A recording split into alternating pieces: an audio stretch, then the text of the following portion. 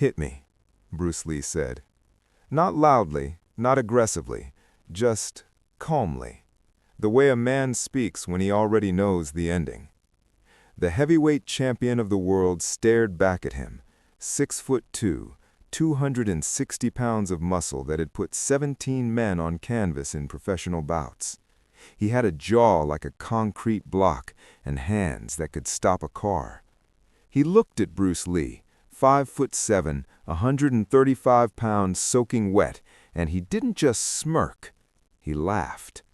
The entire room laughed with him. And then Bruce Lee said it again. "Hit me." The laughter stopped. What I'm about to tell you happened in the spring of 1967. There were no cameras, no press, no official record. Just a gymnasium, a closed door, and 14 men who made a silent agreement. Some things you don't talk about. Not because they were ashamed, but because what they witnessed that afternoon didn't fit inside any language they had. You have to understand something about that era. The martial arts world and the boxing world existed in completely separate universes. Boxers thought martial artists were performers, acrobats in pajamas, beautiful to watch, completely useless in a real fight. That was the consensus. That was gospel. And no one believed it more completely, more arrogantly, than the man standing across from Bruce Lee that afternoon. His name doesn't matter. What matters is what he represented. He was power. He was size. He was everything the world had decided a fighter should look like. Bruce Lee was everything the world had decided a fighter shouldn't look like. That's why this happened. That's why someone had to lose. His name was Cal Worthington. Not a household name today, but in 1967, in the underground circuit of professional fighters and gym rats and old-school trainers who gathered in back rooms and spoke about combat the way priests speak about scripture, Cal Worthington was considered untouchable. He hadn't turned full professional. That was his own choice. He came from the amateur boxing world, decorated, celebrated, feared. He had that rare combination that made trainers drool, natural power and technical precision. He could box beautifully for 6 rounds, and then when you got comfortable with the beauty, he'd switch and take your head off. He was 29 years old, in peak condition. He'd been training since he was 14 in a gym in Detroit that had produced 3 national champions. He stood 6'2", 262 pounds. His reach was 78 inches. Let that sink in. 78 inches. That's 6.5 feet of arm. When Cal Worthington extended his jab, it crossed distances that seemed physically impossible for a human being.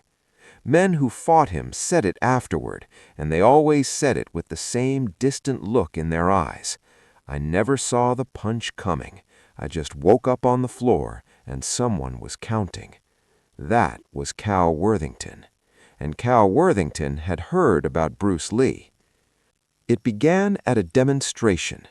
Bruce Lee had been invited to perform at a private gathering for a group of martial artists, film industry people, and athletes. It was the kind of event that happened regularly in Los Angeles in those years, a mixture of worlds, Hollywood money, athletic talent, everyone curious about everyone else. Bruce performed that afternoon with the kind of precision that people stopped mid-sentence.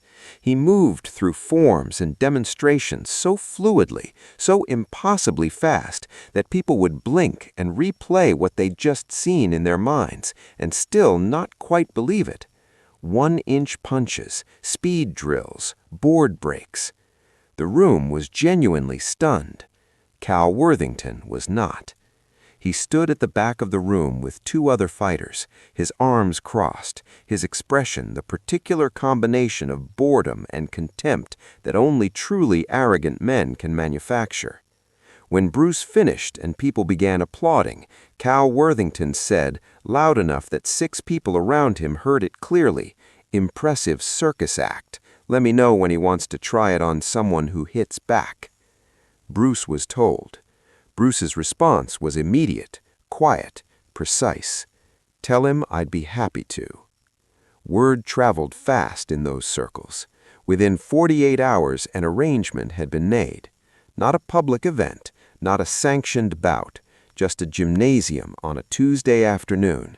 Closed doors, Cal Worthington and two of his training partners, Bruce Lee and his student Dan Inosanto, and a handful of others, fighters, trainers, men who had been in enough gyms to know when something significant was about to happen.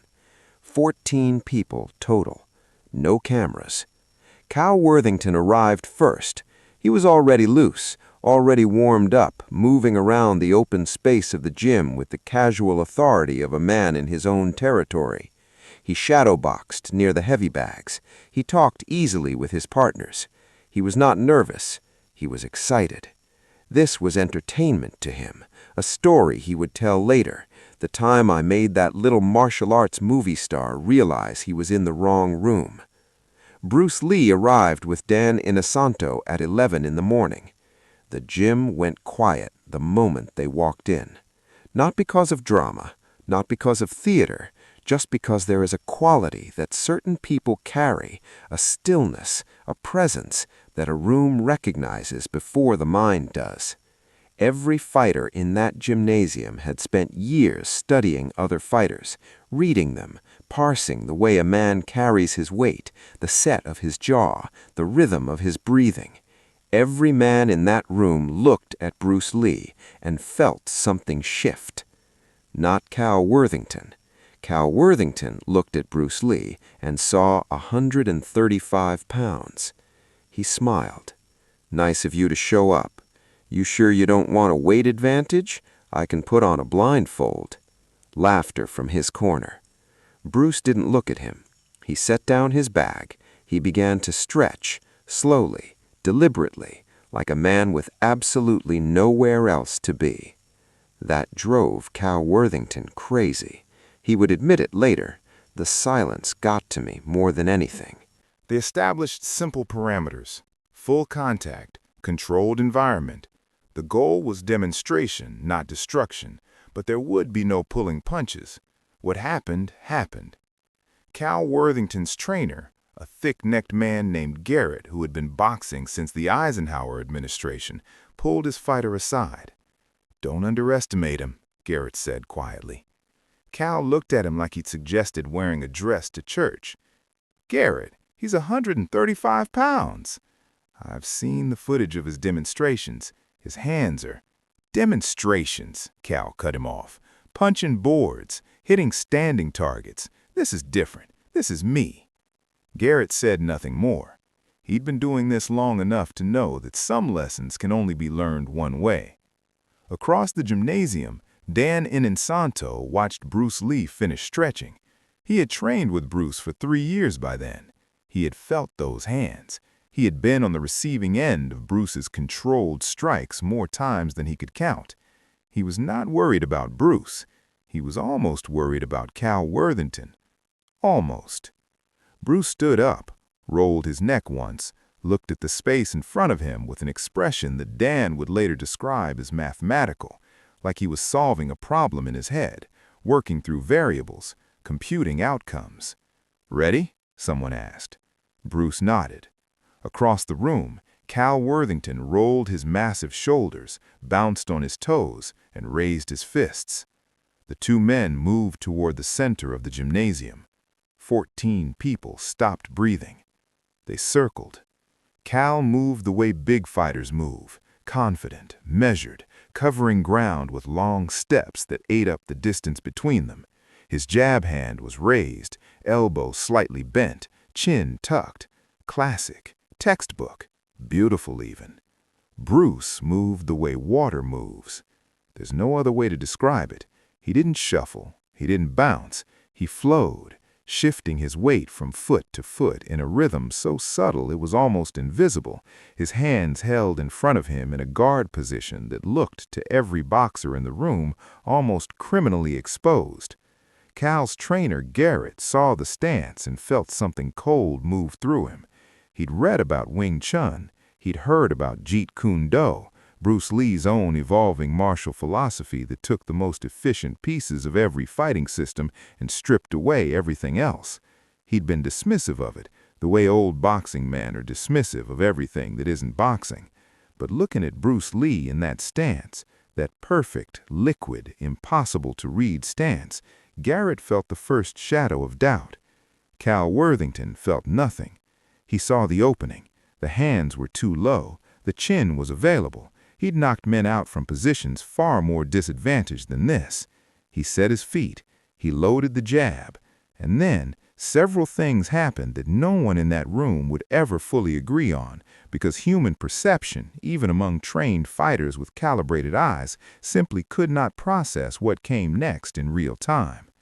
Cal threw the jab. It was a perfect jab, textbook extension, full hip rotation behind it, the kind of jab that had ended conversations for a decade. It arrived at the exact location where Bruce Lee's head had been. Because Bruce was no longer there. Not a step back, not a duck, something faster and more complete, a diagonal shift, almost imperceptible, that took his entire body offline from the punch's path by approximately 4 inches. 4 inches. The margin between being hit by 260 pounds of force and feeling only the wind of it passing.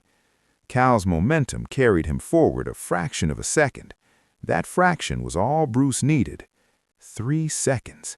In 3 seconds, the following happened, and every account from every witness in that room corroborates this sequence, even if none of them could see it clearly in the moment. Bruce's lead hand rose. Not a punch, a strike, the back of his hand connecting with Cal's extended forearm at a precise angle, redirecting the massive arm upward. Simultaneously, his rear hand drove forward. Short movement, compact, almost no wind-up. The distance from Bruce's hip to Cal's sternum was approximately 14 inches. Bruce covered it. The strike landed. Cal Worthington, 262 pounds, former national amateur heavyweight champion, took one step backward, then another. Then he sat down. Not fell, sat, like his legs simply received a message from his nervous system that they were done standing, and complied immediately. He sat on the gymnasium floor, both hands on the wooden floors in front of him, and he looked up. The whole thing, from the moment Cal threw the jab to the moment he was on the floor, took less time than it takes to say the word unbelievable. 4 seconds, maybe less. Nobody moved. 14 people stood in a gymnasium in Los Angeles, and nobody moved, and nobody spoke, and the only sound was the fluorescent lights buzzing overhead, and Cal Worthington's long, slow exhale. Garrett, the trainer who had been in gyms since the Eisenhower administration, who had seen knockdowns and knockouts and things that made hardened men wince, Garrett put one hand against the wall next to him. Dan Inosanto watched Bruce take one step back to his original position, reset his feet, and lower his hands. Calm, quiet, mathematical. Cal Worthington sat on the floor for 5 full seconds. Then he got up. And here is the detail that separates this story from legend, because what Cal did next was not what anyone expected from a man of his ego and his size and his certainty. He didn't protest. He didn't claim he'd slipped. He didn't gesture at his training partners or look for an excuse in the room. He stood up, rolled his jaw once, not because it was injured, but because it was the thing his hands wanted to do and couldn't, and he looked at Bruce Lee. "Again," he said. "Again." The word landed in the silence like a stone dropped into still water. Cal Worthington was already moving back to center. No hesitation, no embarrassment, just the pure, stubborn dignity of a fighter who refuses to accept what his body just told him. Garrett took half a step forward from the wall. Cal stopped him with one look. This was personal now, not in the way ego makes things personal, not anger, not humiliation. Something deeper, something that every real fighter understands the moment they encounter an opponent who is genuinely, categorically different from anything they have faced before. Curiosity. Raw, burning, fighter's curiosity. How did he do that? Can he do it again? What happens if I adjust? Cal Worthington reset his stance. This time he came in lower, wider base. He'd processed what happened, fast as it was, and his fighter's brain had already begun to problem solve. The jab had been redirected. Fine. He had more tools. He had a cross that had cracked ribs. He had a left hook that had rearranged more than one man's understanding of physics. He wasn't panicking. He was hunting. Bruce Lee stood exactly where he had stood before. Same stance, same stillness, same expression that wasn't quite a smile and wasn't quite anything else. Dan Inosanto, watching from the side, would say later that this was the moment that always stayed with him. Not the first exchange, not what came after. This moment, the 3 seconds before Cal moved again, where Bruce simply waited. No adjustment to his stance, no visible preparation, as if the first exchange had provided all the data he needed and required no recalibration whatsoever. Like he'd done the math, and the math hadn't changed. Cal moved. This time he didn't jab first. He faked, a dip of the left shoulder, a micro-shift of the right hip, the kind of feint that had drawn a dozen fighters into walking straight into his cross. It was sophisticated, trained, a move that required both the intelligence to design it and the athleticism to execute it fast enough that the body telegraphed the fake before the mind could override it. Bruce didn't bite, not by a fraction. Cal let the cross go anyway. It was a real punch, not a test. 260 pounds of body weight loaded behind a right hand that could have gone through drywall. What happened next was described differently by every person who witnessed it, because different eyes caught different pieces, but the composite account, assembled later from all 14 witnesses, goes like this. Bruce's rear foot pivoted. His entire body rotated, not away from the punch, but with it, at an angle, using the incoming force the way a river uses a boulder, flowing around it without resistance. His left forearm made contact with Cal's punching arm, and then Bruce hit him 3 times. Not 1 strike this time, 3. In sequence so rapid that 2 of the witnesses said they heard a single sound, 1 sharp percussion, and only realized afterward, replaying it, that the sound was 3 distinct impacts compressed into something that the human ear processed as 1. Forearm, shoulder, the flat of the palm against the side of Cal's neck, controlled, precise, enough force to send a signal, but not enough to cause serious damage. This wasn't destruction, this was demonstration. This was Bruce Lee showing a room full of fighters the exact difference between power and precision. Cal staggered sideways, 2 steps. He caught himself on the ropes at the edge of the training area. His right hand found the rope, and he gripped it and stood and breathed. The room was completely, absolutely cathedral silent. Cal Worthington stood at the ropes for a long moment. He was breathing hard, not from exhaustion. He was in elite condition. He could go 12 rounds. He was breathing hard the way a man breathes when his nervous system has been introduced to something it was not prepared for. When the body receives information that the mind is still struggling to file. His trainer, Garrett, had not moved from the wall. His 2 training partners had not moved at all. Everyone in that gymnasium was waiting. Cal pushed himself off the ropes, turned around, faced Bruce Lee across the space between them, and he laughed. Not the laugh from earlier, not the mocking, dismissive laughter of a man who thinks the situation beneath him. This was something else entirely, open, unguarded, the laugh of a man who has just been completely and thoroughly educated and knows it and finds it in this moment genuinely extraordinary. "I never felt the first one coming," Cal said. His voice was different now. The performance was gone. "The second, I saw the rotation, but by the time I saw it, I was already done." He shook his head slowly. Bruce said nothing. "How fast are you?" Cal asked, and the question wasn't competitive. It was the question of a student, a craftsman asking another craftsman about a technique that lives beyond his current understanding. Bruce looked at him for a moment. "Fast doesn't really describe it," Bruce said. Speed is only useful if it arrives where it needs to go. Most men practice speed. I practice accuracy that happens to be fast." Cal stared at him. Then he nodded once, slowly. The nod of a man who has just had a locked room opened and briefly illuminated and then closed again, who has seen enough to know that what's inside that room is real and vast and would take a lifetime to explore. They didn't fight again that afternoon. There was no formal conclusion, no trophy, no announcement. The session simply ended the way a storm ends, pressure released, air cleared, everything after it strangely quiet and strangely bright.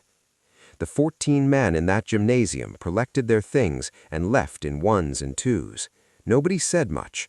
Garrett, Cal's old trainer, the man who had been in boxing rooms before most of those men were born, stopped at the door and looked back at Bruce Lee, who was packing his bag with the same unhurried deliberateness with which he did everything. He stood there for a moment, just watching, then he left without a word. It was the most eloquent review he had ever given. The story began to move through the underground network of fighters and coaches in Los Angeles over the following weeks, not loudly, not in newspapers, just people to people, whispered in gyms, passed between men who took fighting seriously enough to pay attention when something genuinely unexplainable occurred. "Did you hear about Cal Worthington and Bruce Lee?" "What happened?" A pause, a look. "I don't know how to tell you what happened. I just know I was there."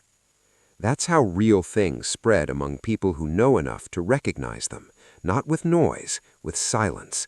The silence of people who witnessed something that reduced language to a blunt instrument, too crude to carry the precision of what they'd seen. Cal Worthington never publicly discussed it, not once, not in any interview, not in any gym conversation that was ever reported. He continued training. He continued fighting in amateur circuits. He remained respected, even feared in those circles. But he never called out a martial artist again. And the men who knew the story understood why. He had stood across from something that had no weight class, no ranking, no category that the boxing world had designed to contain it. And he was wise enough, after that afternoon, to understand that wisdom. Dan Inosanto spoke about it decades later. Not the details of the exchanges, not the specific strikes or angles or footwork that could be analyzed and diagrammed and still never fully captured. He spoke about the feeling in the room during the 2 seconds between Cal's first punch and his arrival on the floor. "Time did something strange," Dan said. "That sounds mystical, I know, but that's the only way to describe it. Time compressed and expanded simultaneously, like the moment was both faster than normal and longer than normal. And in that space, in that moment, you saw what Bruce was, not what he could do, what he was. What he was. Not a martial artist, not a movie star, not a philosopher, not an icon, not any of the categories that history would eventually try to press him into, like a flower between the pages of a heavy book. In that gymnasium, in that spring afternoon in 1967, Bruce Lee was simply the clearest possible expression of a principle. That principle had no weight. It had no size. It could not be measured in reach or in punching power or in knockout records or in any metric that the sporting world had developed to quantify what a man could do to another man. It was a principle about the relationship between efficiency and force, about the difference between muscling through resistance and dissolving it, about what becomes possible when you strip away everything that is unnecessary, every wasted movement, every ego-driven impulse, every pound of force applied in a direction that doesn't serve the outcome. And what remains? What remains is something that a 260-pound heavyweight champion of the world cannot prepare for, because you cannot prepare for the absence of what you expected. Bruce Lee never fought professionally. He never entered a sanctioned ring. He never held a belt or chased a record. The athletic world, the world of rankings and weight classes and official judgments, never got to categorize him, which is probably exactly how he would have wanted it. He was building something else.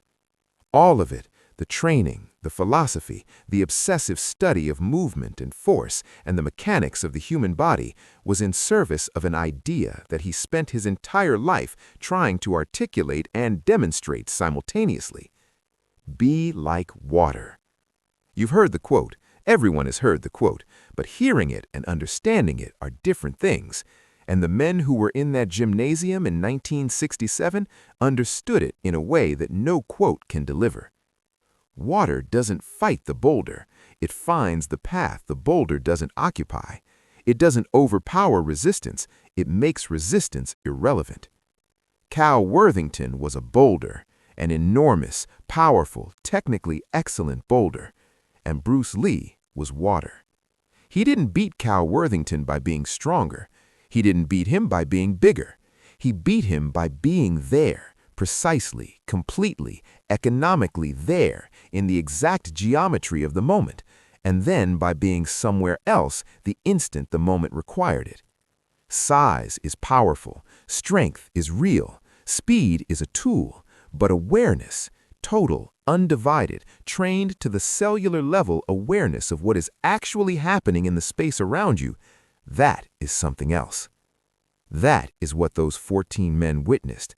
That is what Cal Worthington sat on the floor and looked up at. That is what Garrett felt when he put his hand against the wall. The footage was never released, because there was no footage. Just 14 men, a gymnasium, a Tuesday afternoon, and the story that moved in whispers through the fighting world for years afterward, arriving at each new listener already slightly worn at the edges, slightly rounded by the passing of hands, but never losing the essential shape of what it contained. That shape was this.